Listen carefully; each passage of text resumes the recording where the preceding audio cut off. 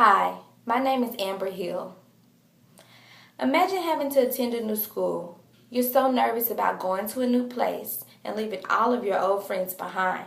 And instead of the people at your new school greeting you and making you feel welcome, they're outside yelling mean and hateful things to you, telling you how they don't want you there and how they're not attending school until you're gone.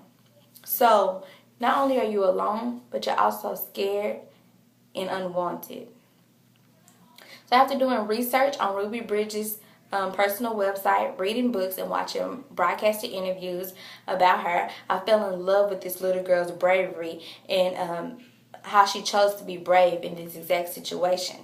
So in my speech, I will talk to you about life growing up, the bravery of a 6-year-old girl, and how she was able to sustain. Ruby Bridges was born in Tylertown, Mississippi on September 8, 1954, which was the same year the Brown v. Board of Education was passed. She was raised on a farm that was sharecropped by her parents and her grandparents. Hard was an understatement to describe the life of this family. So hoping for better opportunities, they packed up their things and moved to New Orleans, Louisiana, and Ruby Bridges was only 4 years old at this time. Her father got a job as a gas station attendant, and her mom got a job doing whatever she could as far as night jobs go to help support her growing family. And young Ruby was left to watch after her 2 younger brothers and her younger sister. And she also went to kindergarten at an all-black school down the road. But things would soon change for Ruby. New Orleans had ordered to desegregate. All students had to take a test to determine who would integrate the white schools. And of course, Ruby Bridges passed this test. And her father was a little apprehensive about this. He felt that it would cause trouble for the family, but her mother saw this as an opportunity for Ruby to receive a better education. On November 14, 1960, Ruby was escorted by federal marshals and accompanied by her mother to William Frantz Public School. So although 6 students were chosen to integrate white schools, Ruby was the only one going to William Frantz. And the white parents protested, calling Ruby all kind of hateful names like Negro, child. And one parent even had a black doll inside of a wooden coffin. And how do you think that made Ruby feel? They also escorted their children out of the school. And eventually, students began to slowly come back to school. And the next year, Ruby was in a mixed class with white students and a few other black students. But Ruby used this experience as an opportunity to inspire and to educate others. Ruby was able to sustain because she had such a strong support system. She had her parents.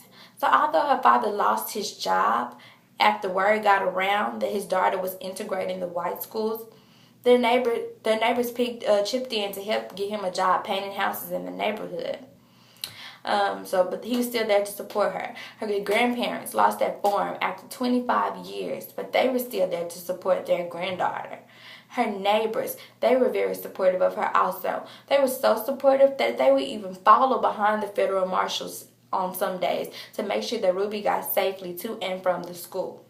Her teacher, her white teacher, Mrs. Henry, looked past the color of Ruby's skin, and she made sure that Ruby received a proper education. She was there with her every day. Neither of them missed a day of school.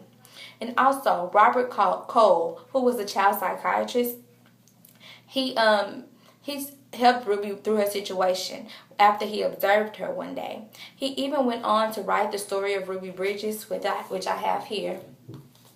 Sorry.